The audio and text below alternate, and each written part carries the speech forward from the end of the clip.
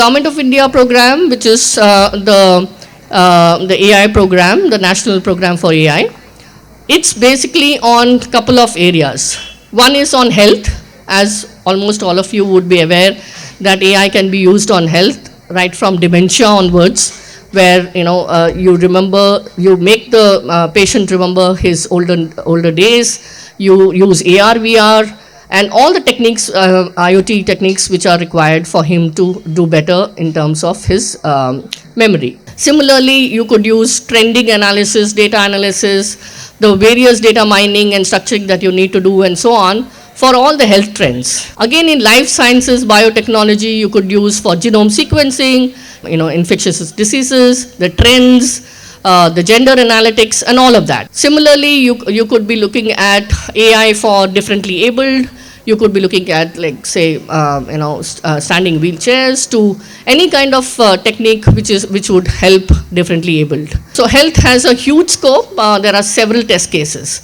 So the whole idea of this AI program that I'm talking about is that we would be requesting, Niti Aayog is along with MeitY, has formed this program, and we would be requesting each of the ministries to take charge of the test cases. It could be Ministry of Environment, Ministry of Water, it could be Animal Husbandry, Coal, Fly Ash, or any of these ministries, to take charge of some of these test cases, and then the startups could be helping them to implement those projects. So health is one large piece, as I said, for social impact.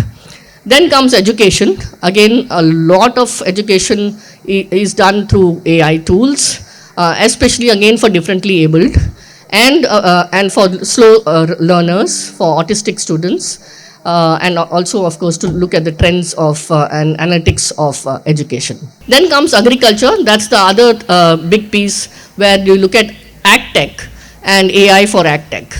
Right from looking at weather, water, moisture, soil cultivation, the measurements which are there, all the metrics that we get from different ministries. It's all open today, and people, the startups are using them. You could have apps which help the farmers to look at crop patterns. You could have there are some good middlemen as well who try and help the farmers, largely the NGOs and civil society. So there are information for them available there. Because of the fact that this data comes in very complex manner from different ministries, like Jal Ministry, Environment, ISRO, and all other ministries. So it comes in a very complex manner. So there has to be a way to have data mining, data structuring, as well as simplification of the data to the level of a farmer. And it has to be in different languages. It has to be visually provided, or an audio. So all of that will need a lot of AI. AgTech again is huge. Drones, UAVs, which we use for chemical spraying, and all of that. So agriculture again is a big piece there. The third one is mobility. Mobility again in terms of transportation, traffic management. You have driverless cars today, driverless trains, and so on. So there are several ways of doing mobility and using AI for mobility.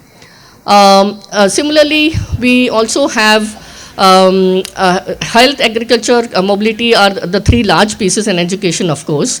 But there are other areas like biodiversity, or where we look at images of different animals, and we study the trends of those animals, the species, how many are going to live how many years, and things like that. So there's a lot of trend analysis that we do, predictive analysis that we do. But there are certain issues there. One is the authenticity of the data, because at a government level, of course, there is data which is being uploaded, but at the state level, or the BDO level, or at a village level, I think each one of us need to put efforts, especially the startups.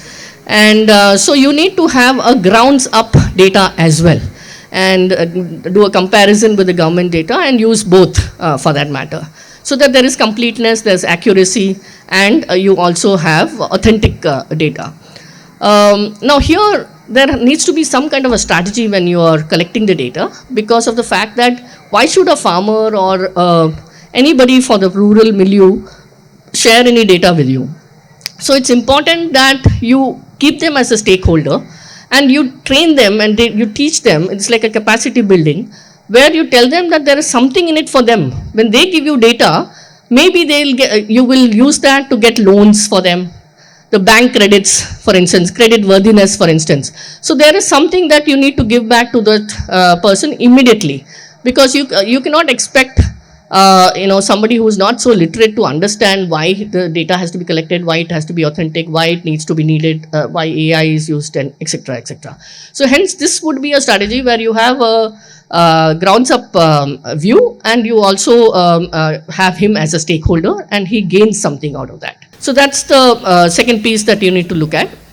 There are several countries that have been using AI in different manners. They have different models, but I think India's model of AI for all is something which is going to be relevant. However, each piece needs to talk to each other, and hence there could be clusters of domain clusters. For instance, for agriculture, all the agtech AI related projects come together so that there is no duplication of efforts, and there is no there is a structured scale up, because you can't just keep doing cute experiments all the time. You need to scale up. You need to have sustainability. You need to have a sustainable technology. So come together to see that what each of you have as strengths, and what are you trying to develop, and do not duplicate efforts. Similarly for health, mobility, and so on. So this is where Manthan comes in. So during COVID, we had about 300 to 400 innovations that were thrown on us, and the pandemic was on. So we were wondering at that time that how do we manage so many evaluation of innovations, and how do we ensure that we give the right thing to the public, how do we encourage the right startup, and so on. And this had to be done very quickly. We managed to do that. We looked at oxygen concentrators, ventilators, we looked at reagents, testing kits, and all of that. And we did about 800 crores at that time. So that is how I realized that we are just 3-4 people trying to do things right now. So how do we move out, and how we are not the bottleneck for each of you to engage with each other? And that's why we thought of Manthan, which is a platform for all. It's a free platform. It's an OTP based registration, and we crowdsource all the challenges and all the projects from different industries, as well as different foundations, line ministries. There are 17 line ministries there, about 22 countries, so different countries like Sweden, Korea, Japan, and so on. So there are several of them providing their problem statements and challenges for the startups and academic institutes to apply. So we give a month or so for each challenge, and for each competition, or for each opportunity, as we call it, so that you are able to get grants, you are able to get you are able to provide the proposals, and you get the grants. There are 222 startups who have got grants this year. We have sourced about 6,300 crores worth of projects, as well as competitions and challenges so far in a year and a half. And we would like to keep going. And of course, once we get one organization, then the repetitive business comes on its own. We don't need to really, keep cajoling them to come to the platform. They understand the importance of the platform. Of course, you need to have patience as a startup, because you will keep applying and sometimes you may not get it so easily, but there would be a time when you can crack it, and you should be able to get funds. Not only from line ministries, but from foundations like Rockefeller, X Prize Foundation, Gates Foundation, Elon Musk, all kinds of organizations on the platform, STFC, Intel, Microsoft, and so on. And everything is given very transparently. You have the problem statement, transparent, opportunity is given, success story, result, proposals, everything is given.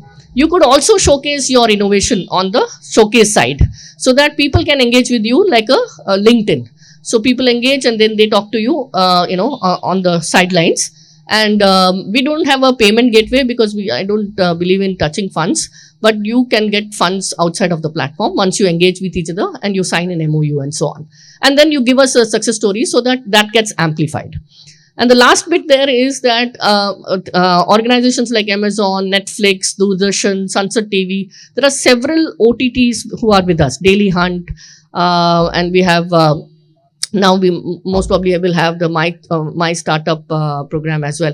So the MyStartup TV as well. So there are several of them who take your innovations, the winners of the challenges, and they amplify it. They take it international. There are international movies made out of it.